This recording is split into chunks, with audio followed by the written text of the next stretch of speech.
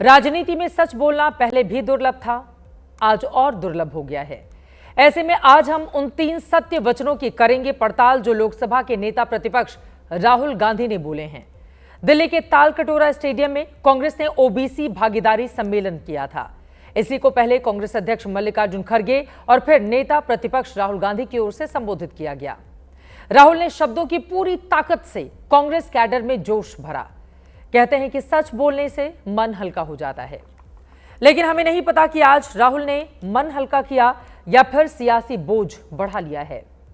राहुल गांधी का आज का भाषण बहुत हद तक फ्रेश था। उसमें रिपीटेशन यानी शब्दों का दोहराव बहुत कम था। देखकर यह लग रहा था कि वो लिखा हुआ नहीं बल्कि मन से बोल रहे हैं। और इसी आधे घंटे के भाषण में उन्होंने कांग्रेस और खुद को लेकर 3 सत्य भी स्वीकार किए। आप जाने कि ये 3 सत्य वचन क्या हैं। पहला ये कि राहुल गांधी ने कहा कि जाति जनगणना ना कराना कांग्रेस पार्टी की बड़ी भूल थी। दूसरा, राहुल ने कबूला कि देश के ओबीसी को समझने में उन्हें पूरे 21 साल लग गए। और तीसरा, उन्होंने माना कि कांग्रेस में ओबीसी विजन को बढ़ाने वाले नेता नहीं हैं या बहुत कम हैं। बीजेपी समेत राहुल के जितने भी विरोधी हैं वो 2 दशक से उनकी राजनीतिक समझ पर सवाल उठा रहे हैं। उन्हें पार्ट टाइम पॉलिटिशियन बोलते हैं, राजनीति को उनका टाइम पास बताते हैं। सोशल मीडिया पर सबसे ट्रेंडिंग मीम्स भी राहुल गांधी पर ही होते हैं। इससे पहले कि हम राहुल के सत्य वचन के सियासी प्लस और माइनस डिकोड करें, उनके मन की बात उन्हीं की जुबानी आपको सुना देते हैं। अब मैं 2004 से राजनीति कर रहा हूं, अपनी सेल्फ एनालिसिस करता हूं। मैंने कहां सही काम किया और कहां कमी रही। एक चीज मैंने मिस कर दी, एक गलती मैंने की। जो ओबीसी वर्ग है उसका जिस प्रकार से मुझे प्रोटेक्शन करना था मैंने नहीं। आपकी जो इश्यूज थी उस समय मुझे गहराई से नहीं समझ आई। अगर मुझे आपकी हिस्ट्री के बारे में, आपकी इश्यूज के बारे में थोड़ा सा भी ज्यादा मालूम होता, मैं तभी जाति जनगणना करा देता। वो गलती है मेरी, और कांग्रेस पार्टी की गलती नहीं है, मेरी गलती है। और इस गलती को मैं ठीक करने जा रहा हूं। जो हमने तेलंगाना में किया है वो हिंदुस्तान की राजनीतिक जमीन को उसने हिला दिया है। मेरी बहन से पूछो, अगर कभी राहुल ने किसी चीज के बारे में मन बना लिया तो उस बात को वो छोड़ेगा या नहीं छोड़ेगा, वो पूछ लो उससे। मैं नहीं छोड़ने वाला। जाति जनगणना तो पहला कदम है। उत्पादक शक्ति को हिंदुस्तान में रिस्पेक्ट और हिस्सेदारी मिले। जहां भी हमारी सरकार होगी वहां जाति जनगणना होगा, एक्सरे होगा, एमआरआई होगा। हमें पता लगाना है ओबीसी कितने हैं, कहां हैं, क्या करते हैं, कितनी भागीदारी है, कितना पैसा है, ये हम सब जानना चाहते हैं।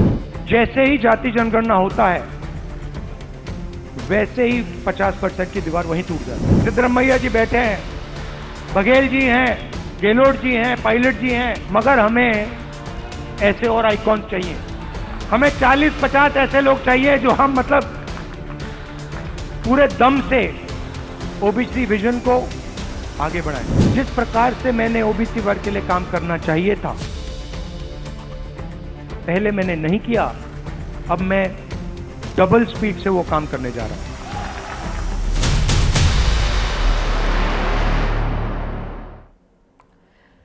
नेता विपक्ष राहुल गांधी को आपने सुन लिया, लेकिन कहते हैं कि अब पछताए होत क्या जब चिड़िया चुग गई खेत।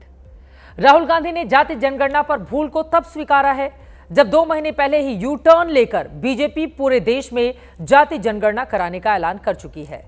इस हिसाब से क्या राहुल गांधी ने भूल सुधार में बहुत देर नहीं लगा दी? क्या अब उन्हें कोई क्रेडिट मिल पाएगा?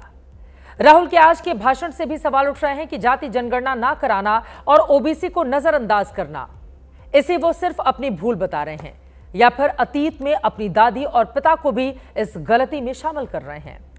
क्योंकि 1980 में मंडल आयोग की रिपोर्ट कांग्रेस पार्टी को सौंपी गई थी, लेकिन इंदिरा गांधी ने उसे लागू नहीं किया। 1980 में इंदिरा गांधी न जाति पर न पात पर मोहर लगेगी हाथ पर के नारे पर सवार थीं।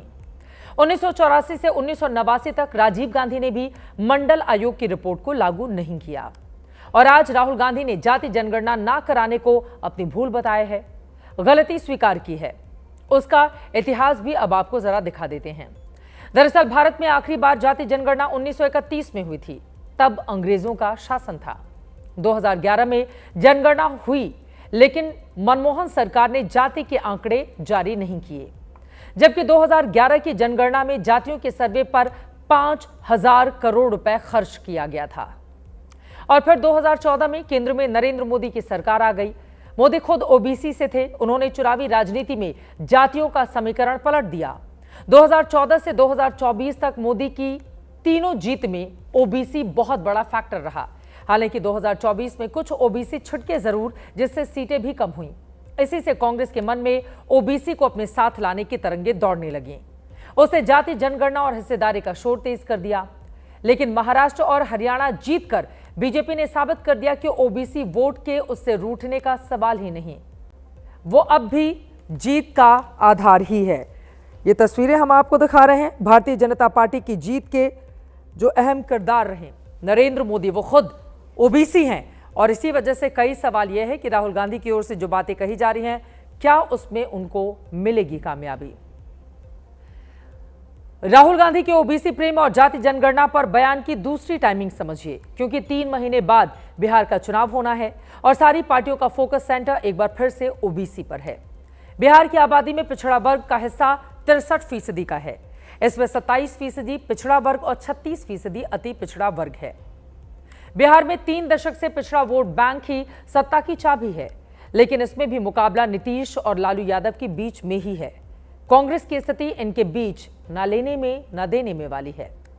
जाति जनगणना का झंडा सबसे पहले नीतीश कुमार ने उठाया था, बिहार में करके भी दिखाया और अब उसी जाति जनगणना को बीजेपी पूरे देश में कराने का ऐलान करके सभी को चौंका चुकी है।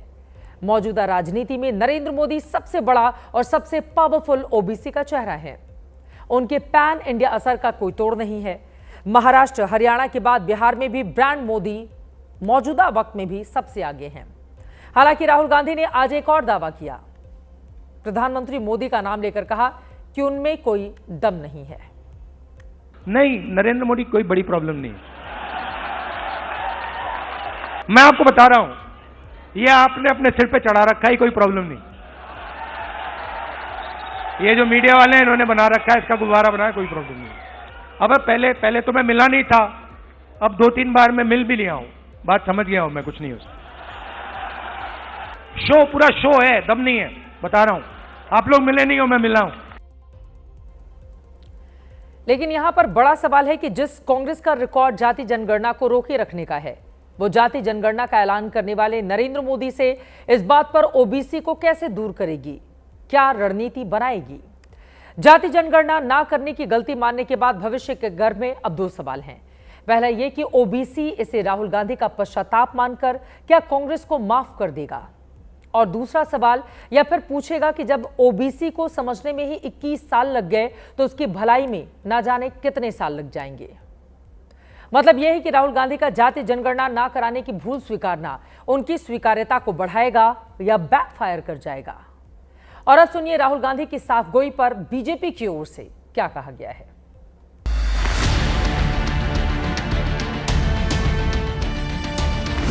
अपने पिताजी के कार्यकाल के SC, ST, OBC IAS अधिकारियों की संख्या बताएं। मनमोहन सिंह जी और सोनिया जी के कार्यकाल में 2004 से 9 के बीच में कितने यूनिवर्सिटी में असिस्टेंट प्रोफेसर, एसोसिएट प्रोफेसर थे, उनकी संख्या बताएं। मेरा दावा है कि वो 4 भी नहीं बता सकते, क्योंकि 4 भी नहीं थे।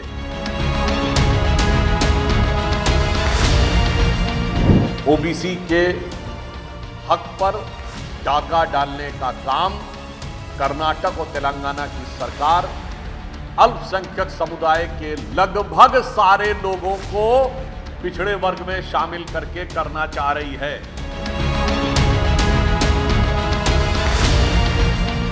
आजादी के उपरांत पहली बार एक ओबीसी के नेतृत्व में पिछले 11 साल से भारत की सेवा की जा रही है। उस पर कांग्रेस पार्टी की बहुत बड़ी दिक्कत उनको हो रही है। कांग्रेस पार्टी ओबीसी विरोधी है, SC/ST विरोधी है, वंचित वर्गों की विरोधी है।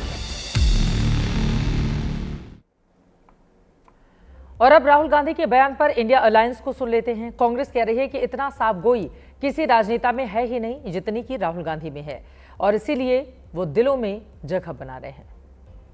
राहुल गांधी जी की इस बात के लिए जिंदाबाद कहनी चाहिए। स्वस्थ राजनीति, सत्य राजनीति के एक द्योतक बनकर के उभरे हैं श्री राहुल गांधी जी। राहुल गांधी जी उन लोगों की तरीके से नहीं हैं जो हर बात को जानने का दावा करते हैं, वादा करते हैं, और जो अपनी ही कलम से पिछड़े बनते हैं, यानी बने हुए पिछड़े, बॉर्न पिछड़े नहीं। जब आँख खुले तब सवेरा। राहुल जी ने गलती स्वीकार कर ली है। कांग्रेस पार्टी भी इस मुद्दे पे साथ आ गई है। प्रधानमंत्री लगातार विरोध करते रहे और अब उन्होंने घोषणा कर दी है, लेकिन जिस तरह से कार्रवाई होनी चाहिए उस तरह कार्रवाई नहीं हो रही है। राहुल गांधी का सच बोलना कांग्रेस को फायदा देगा या नुकसान, ये जानने के लिए 3 महीने रुकना होगा। इसका इफेक्ट या इम्पैक्ट तभी दिखेगा जब बिहार में वोटिंग होगी।